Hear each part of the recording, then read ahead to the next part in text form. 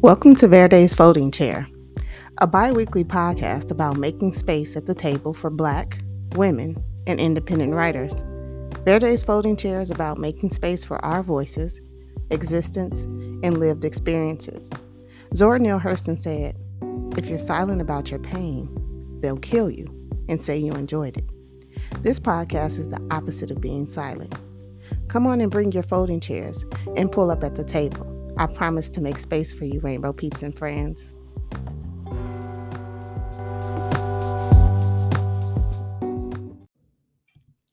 It has been 233 days since our sister, our superstar, and our beloved Brittany Griner has been wrongfully detained in a Russian prison. On February 17, 2022, Griner was arrested in Russia on drug smuggling charges for allegedly bringing hashish oil into the country. She was forced to sign documents she didn't understand, forced to plead guilty so the Russian judicial system would show mercy upon her, and is forced to trust that our government is going to do all it can to return her home where she belongs. According to an article in The Nation, Griner will also be forced to serve her 9-year prison sentence in a penal colony, which is likened to a concentration camp. It is reported that within these penal colonies, LGBTQ plus people suffer physical and sexual violence. Human rights organizations report overcrowding and other atrocious, inhumane living conditions. What really grinds my gears, though, is reading these homophobic and racist and sexist comments from so called patriotic Americans about how she got what she deserved and should, quote, do the time. Although I know most of these people are truly ignorant and haven't read a single thing about Griner's situation or are even thinking about outside of their own hate at the fact that this is Russia we're talking about. I still get angry and I read the thoughts and opinions from these American citizens about another American citizen, and I just can't believe what I'm reading. It just goes to show how much Black women are hated, unprotected, and disrespected in this country. Add to that being queer, and we should all be saying Brittany Griner's name. We should all be posting about her. We should all be writing our legislators and the White House until she's returned to us. We cannot allow her situation to be forgotten and buried under the next big story. Say her name until she is free.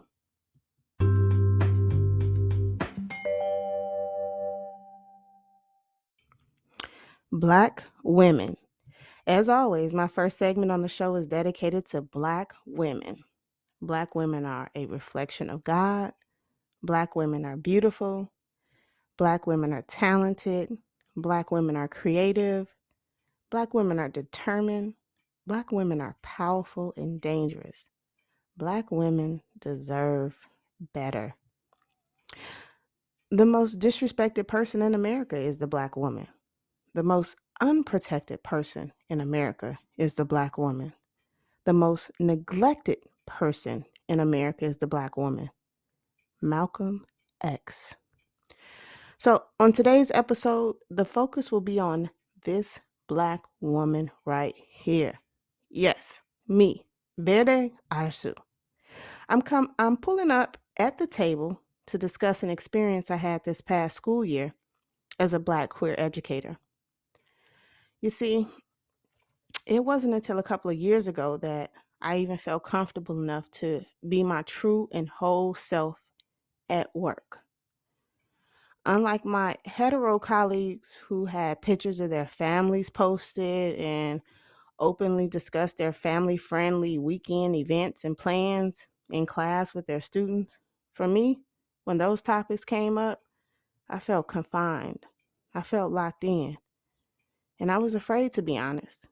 Instead, when my students asked me what I did on my weekends or when I discussed future weekend plans, I said, I'm doing such and such with my friend, or my friend and I did X, Y, and Z. It bothered me so much. I would come home and talk to my wife about it all the time. I wasn't open about who I am because, I didn't want to be accused of being that teacher promoting homosexuality or trying to make someone's child gay. And trust me, this school of thought is out there and it hasn't gone away. I've spent years going to school, taking a gazillion tests that California believes is going to show that we are great teachers. Anyway, I digress. I'll save that topic for another day. But anyway, my point is I've gone to school, I've taken my time, I've spent my money, okay, to earn these degrees and these credentials. So I couldn't afford to jeopardize my career because I certainly wasn't sure if the district that I work for supported and protected me. It wasn't something that they outwardly expressed or said to me. So it wasn't until a few years ago when it appeared that the district had a conniption of sorts and went on a pro-gay revival and started promoting exclusivity.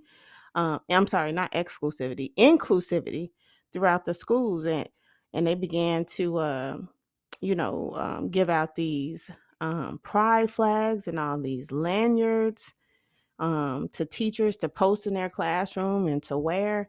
And that's when I started to feel any type of relief surrounding who I am. Okay. So this is around the same time where equity and mental health, these buzzwords were popping up, right? Um, I do believe that this was a reactionary response by my district in response to the number of young people who were committing suicide for being ostracized, being bullied and rejected for being who they are. But at least they didn't remain silent, right? So I'll give them credit for that.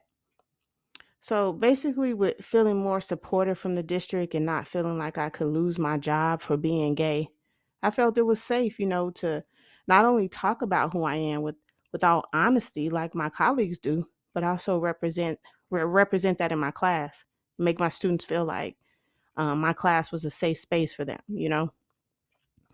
But I moved in careful steps because I still felt very much reluctant, right, and very much unsure as to what type of situation it was.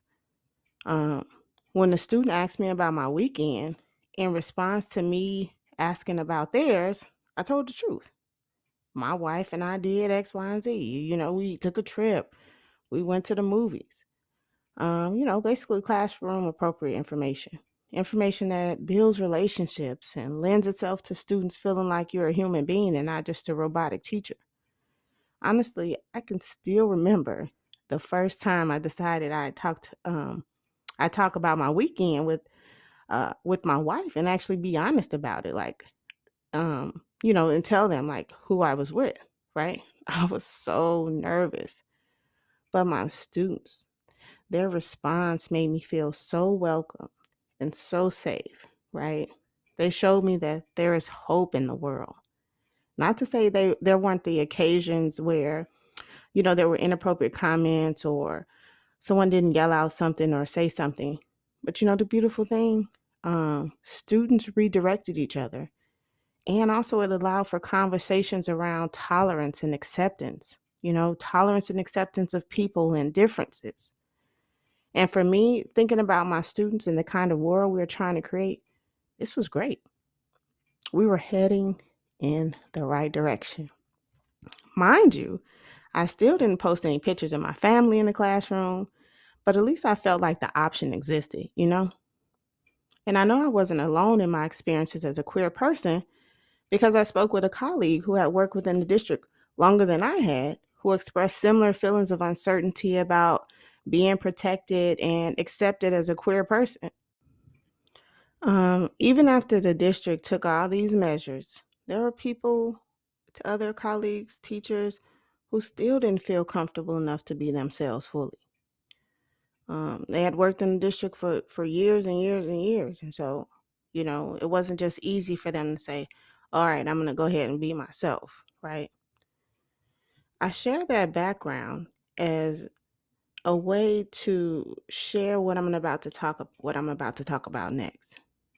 You see, after we returned to the classroom, still in COVID last year, um, we were learning about, how our students suffer from mental health challenges, and many students face um, just a lot of uncertainty around social distancing, and they were having a rough time. All right. And I'm not saying that they're no longer having a rough time, but it was a point of emphasis that was discussed with us, right?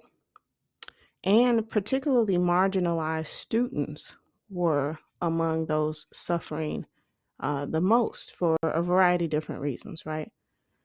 So I wanted to be more expressive about my support for students within the LGBTQIA plus community. So what I did was I bought a regular size pride flag and a sign that said, "All are welcome here." I also posted the words "Black Lives Matter" in my classroom.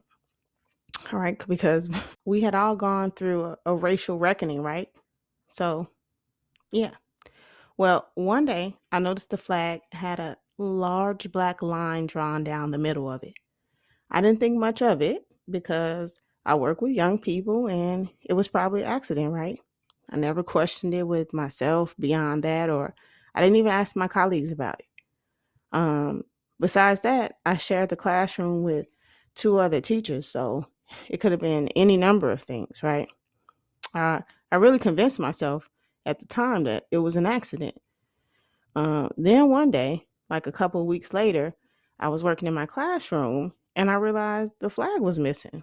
So I sent a school wide email out about it. And basically, I was hoping it fell down and someone somewhere knew where it was and maybe put it away for me or something like that. Right. But turns out the flag had been stolen. So, you know, I purchased another one. I hadn't had any issues with my students up until this point, so I didn't really want to point to them, right? I purchased another one, no problem. A few days later, it came up missing too, right? That's when I realized we had a problem. I was being targeted and someone was making a hateful statement, right? They were making it be known, right? I discussed it with my students and I began to talk about tolerance. I began to talk about acceptance and respecting other people's property, right? So I'm turning this into a, lesson for us all. And I'm hoping that whoever's doing this is, maybe thinking about um, how what they did has impacted others, right? I expressed my feelings of hurt. I expressed my feelings of frustration as well. I truly didn't know what to do because it had been a few years since the district had gone through their whole parade of LGBTQIA plus support, and I hadn't had one single issue. So basically, here I was feeling alone. Although I did have a couple colleagues reach out to me and share their frustration about what was happening because once again, I sent out an email, school wide email, saying that the that the flag had been that the second flag had been taken, right? Uh, so these two colleagues shared their support, and they gave me two smaller flags and told me to hang them up in my classroom, and I did. So at this point, the students were whispering about who it was, but I didn't really have any proof, so I didn't ask the student in question about it. I didn't approach him or anything like that. So the next flag was a small flag, and it was given to me by my colleague. So I placed it inside of a flagpole, which is where the American flag hung. And then a few days later, it came up missing, right? So at this point, I'm determined, right? So I take the next flag that I was given, and I staple it above the whiteboard, right? He can't reach it from here. That's what I tell myself. Won't be able to get this one. At this point, I'm also talking to admin about who the students say is destroying my property because at this point, some students have already called him out openly about it. Because there are some students in my class who are showing empathy towards me, right? They didn't feel like they could just sit quietly by and watch this happen, right? So, of course, during these periods, all along the way, I'm doing the best I can to talk about respect. I'm talking about how it's, you know, okay to have personal feelings about things, but you can't become harmful or destructive because you don't agree with someone else's opinions or their life choices. I'm teaching about acceptance. I'm teaching about tolerance, right? This is a great teachable moment. It's a great time to discuss these things. And I'm really emphasizing these things. But it was the fourth flag that was stolen. The admin stepped in and spoke with the student about the flags. And guess what, y'all? He didn't deny having stolen the flags.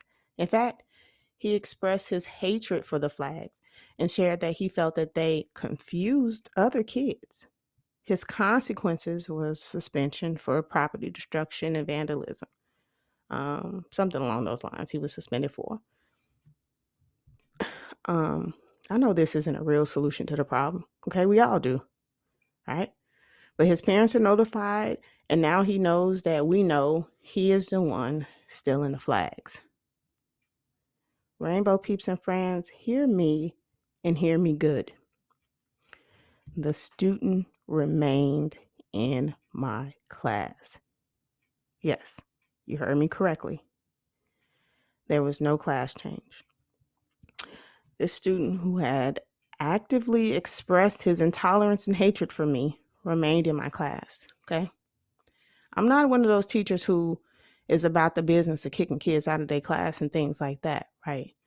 But um, at this point, we have a student who probably isn't learning from me at this point, right? Now, this happened for two reasons. One, I'm a special education teacher, and this student was receiving services for areas of need in my class. Two, last year was such a daunting and emotionally draining year for me. I just didn't have the strength to fight for my safety or what should have obviously been done, right? I just didn't have the strength for it.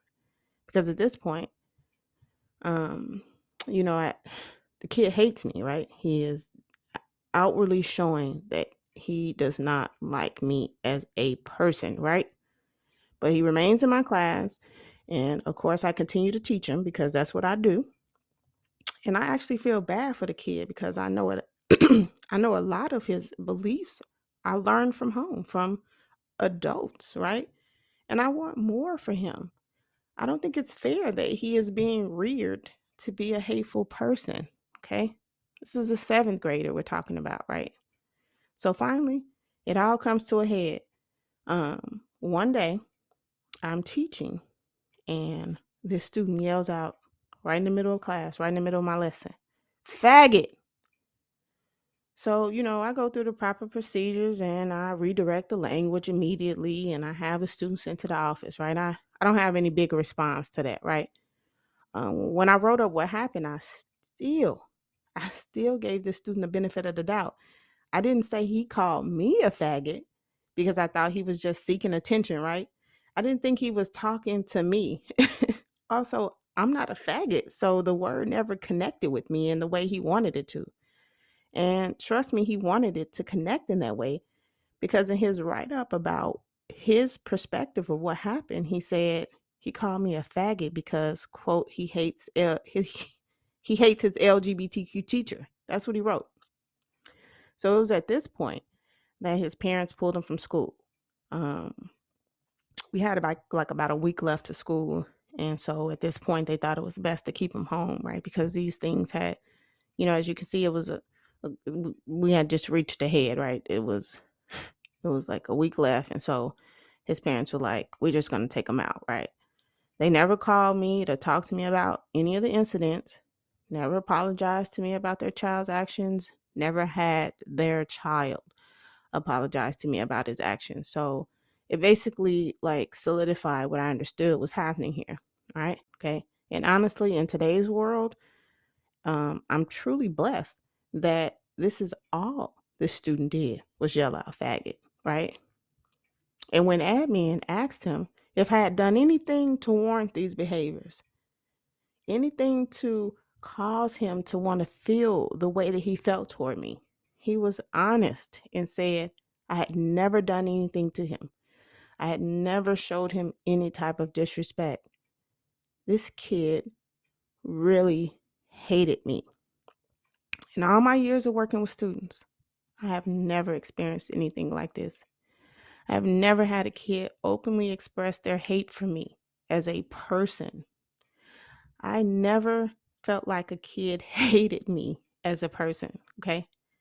And if I weren't in the fog of COVID and struggling to stay afloat like many, many, many other educators were last year, this entire situation, it may very well look differently. It may have gone differently. I don't know how, but looking back on it, I say to myself, that was God keeping me. It doesn't end there though, Rainbow Peeps and friends. I know. Are you exhausted for me yet? I know I'm exhausted just retelling the story, to be honest. So I returned to the new school year, right? New school year this year started. I'm fresh, I'm refreshed, I'm ready to go. To find that the last and final flag, because I bought another flag, right? Because hate will never win in Senora Verde's class. All right. So I bought another flag. I put it up, and actually, what happened is it was vandalized. It had "suck nigger" on it, and I'm sure it was there last year because it was written on like the purple portion, the purple color portion of the flag, and it was very it was easily to go unnoticed. It was written in like black marker, and it wasn't very noticeable. I'd been working in my class like for almost a week, and I hadn't noticed that the flag was vandalized.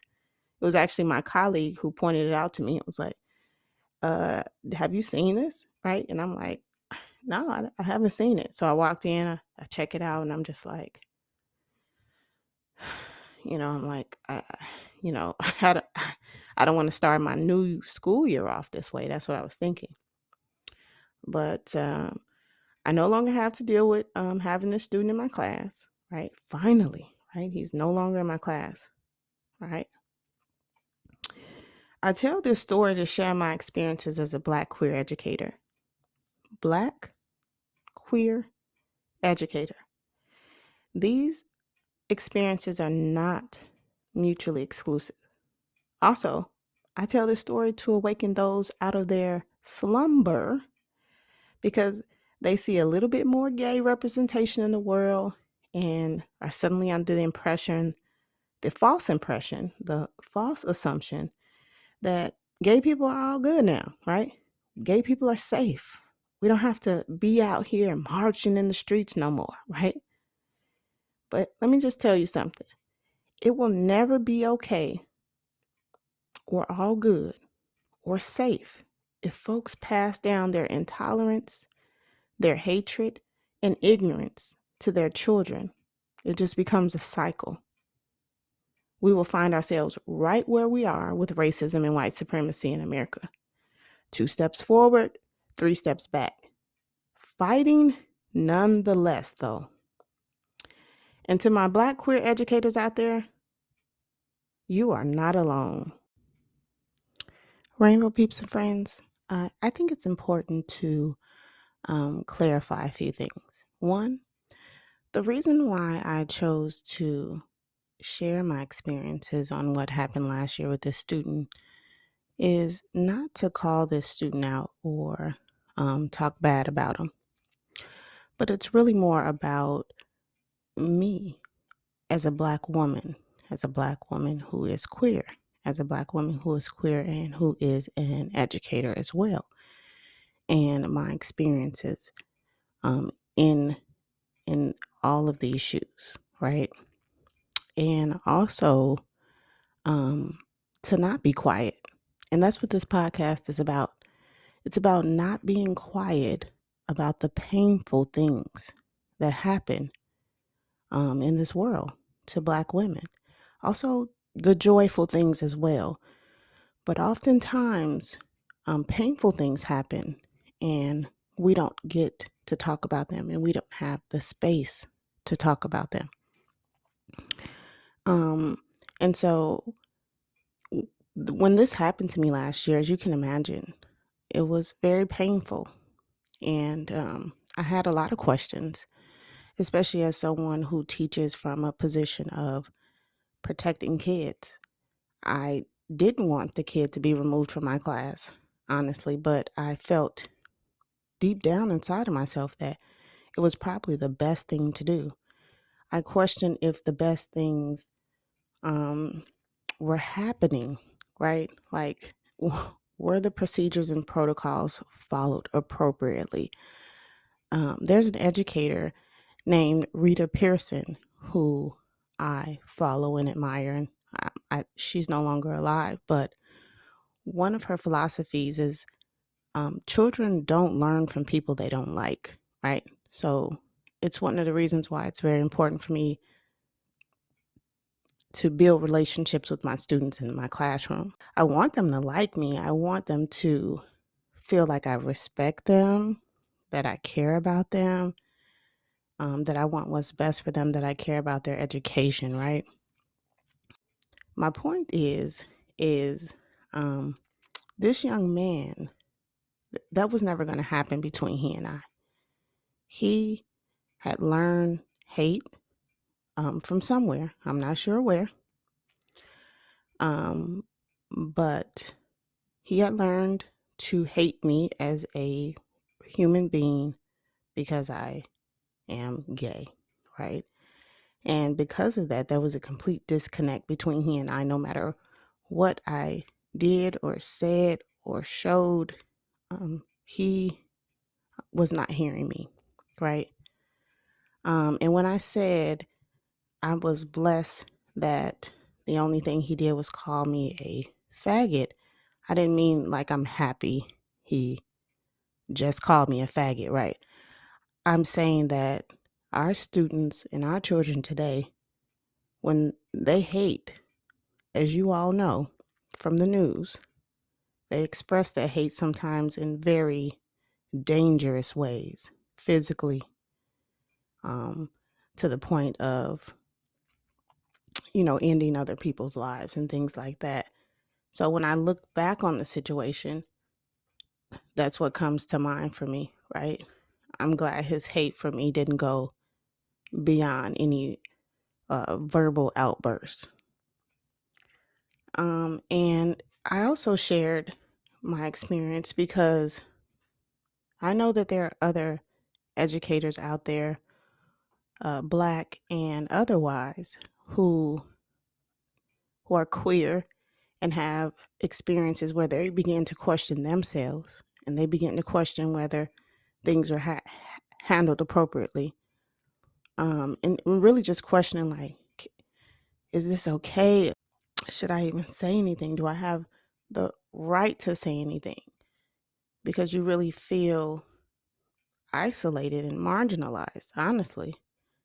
And I just wanted to share this story because I felt that it needed to be said. It was healing for me. Also, it was hard, but healing nonetheless to get it out because, you know, I think that when we hear each other's stories and experiences, it creates more space for tolerance, understanding, and empathy. And I hope that I was able to do that just a little bit today. Peace.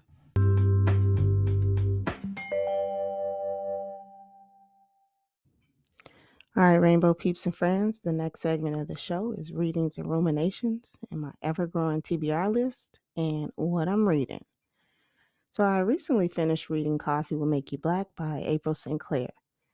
This was a revisit read for me. I read it when I was in high school. I was a little foggy on all the details, but one thing I do remember is the story being one of the first to begin to awaken me to those little feelings I was having within myself about girls. But those feelings that I kept pushing down because everything around me told me that it was wrong.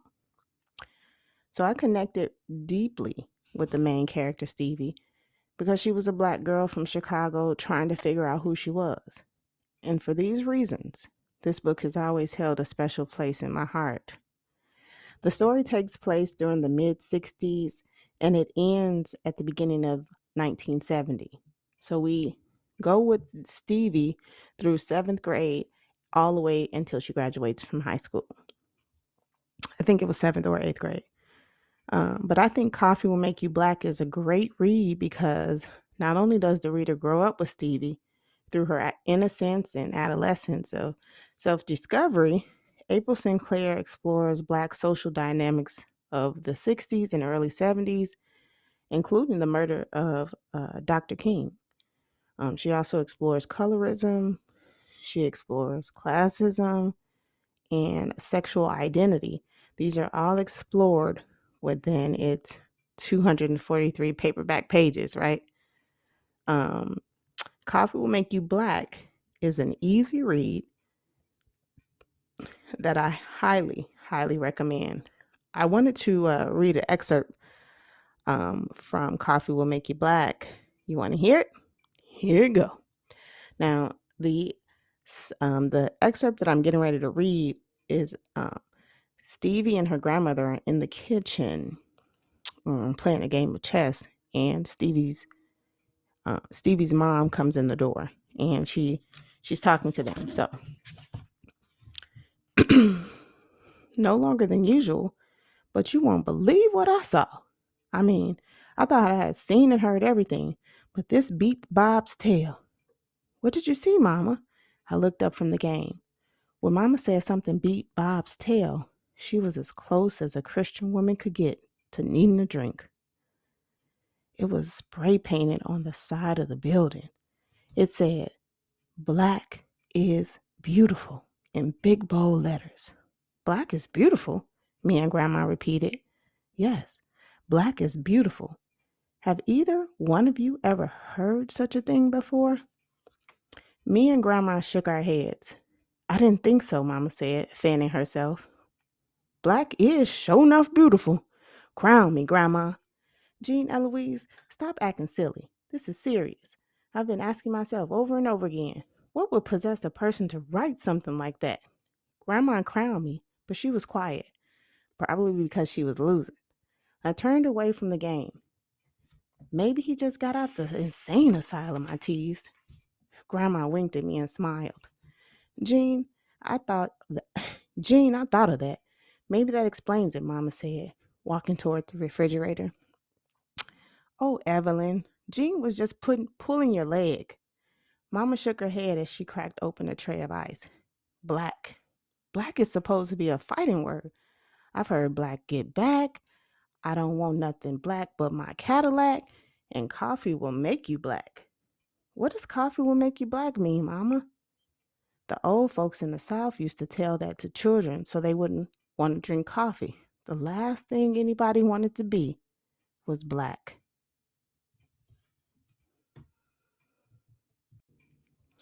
I never told my children any mess like that, Grandma cut in. I told y'all, the blacker the berry, the sweeter the juice. Well, anyway, getting back to the wall, I wasn't the only one who noticed it. I saw plenty of folks peeking out the corners of their eyes like they were being drawn by a magnet. Seemed like people were just making excuses to parade past the wall, Mama said, sucking on an ice cube. Lord have mercy. I never thought I would live to see the day when black would be called beautiful. It makes me damn proud, Grandma shouted. Well, I don't condone your cursing or folks defacing property, but I have to admit that when I saw black is beautiful on the side of the A&P like that, I couldn't help but feel, well, sort of proud myself. Mama, Grandma, times are changing. I've heard some people saying black instead of Negro or colored. Jean, you can tell your children stories about what it was like once upon a time when we were Negroes, Grandma said, her eyes twinkling. I'll tell them everything, I promised. You two don't think this stuff is going to catch on, do you? Mama asked between sucks on her ice. Hey, everybody, Kevin yelled from the living room. There's somebody black on TV. Me and Grandma fell out laughing. See, Mama? What did I just get through telling you? Mama looked scared and excited at the same time. Maybe like a version, I thought. Again, I highly recommend reading Coffee Will Make You Black by April Sinclair. And when you're done with that one, you can move on over to Ain't Gonna Be the Same Fool Twice, the sequel to Coffee Will Make You Black, which is what I'm currently reading now.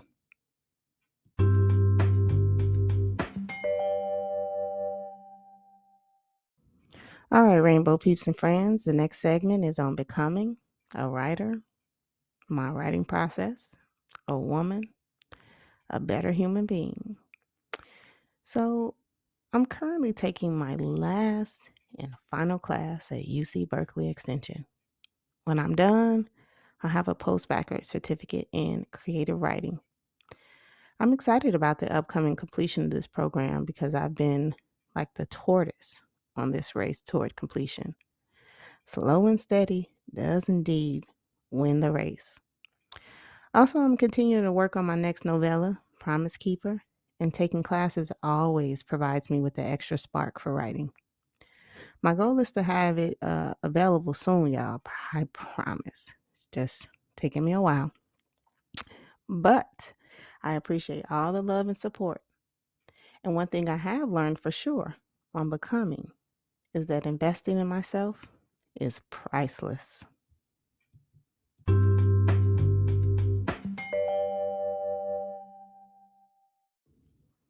All right, Rainbow Peeps and Friends, this episode of the show is Rainbow's Corner.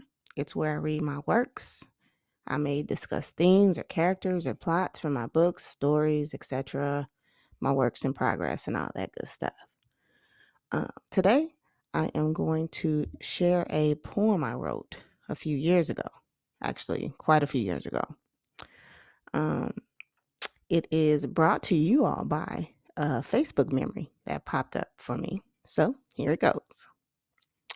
The title of the poem is Who Can Find Her? Patience is a virtue, and I will prepare like the virtuous woman. Proverbs 3 and one dream led to another, and I was addicted. I felt your spirit, and she compelled me, and there I was disregarding the elements. In summer, I wiped the sweat from my brow as the last leaf drifted, and there I was frozen again in winter. But in spring, the bird's melody slowly danced me back into virtues of you.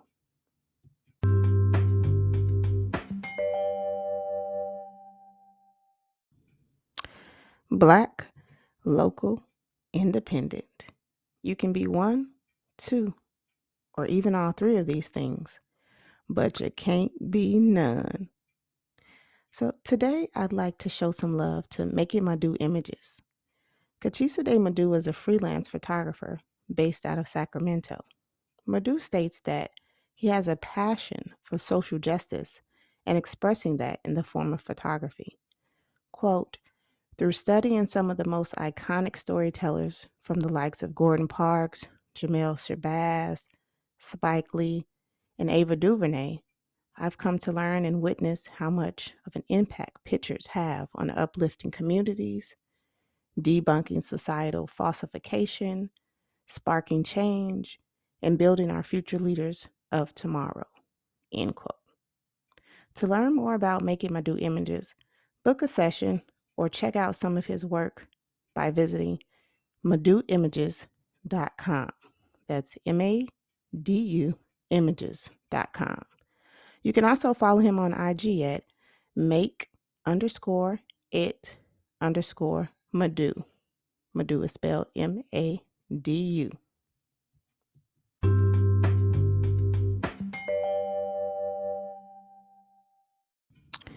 Well, Rainbow Peeps and Friends, it is time for me to share my positive thought for this episode. It is a quote by the illustrious Maya Angelou, and it reads, if you don't like something, change it. If you can't change it, change your attitude. Don't complain. I chose this quote today because, man, have I tried very hard to live by this in the last quarter of this year, 2022. Think about it.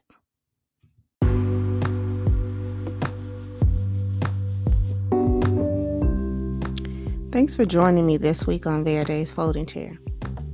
You can also join me on IG at the_writer_Verde_Arzu. On Twitter at Verde_Arzu and Facebook at The Writer Verde Arzu, as well as TikTok at Verde_Arzu. You can also find a copy of my book, Rainbow, a Black queer novella, and any other rainbow merch on my website, verdearzu.com. If you like what you heard and you want to hear more, be sure to comment, like, share, and subscribe. I appreciate you, rainbow peeps and friends. And remember, if they don't give you a seat at the table, bring a folding chair. Thanks for listening. Peace, love, and rainbow.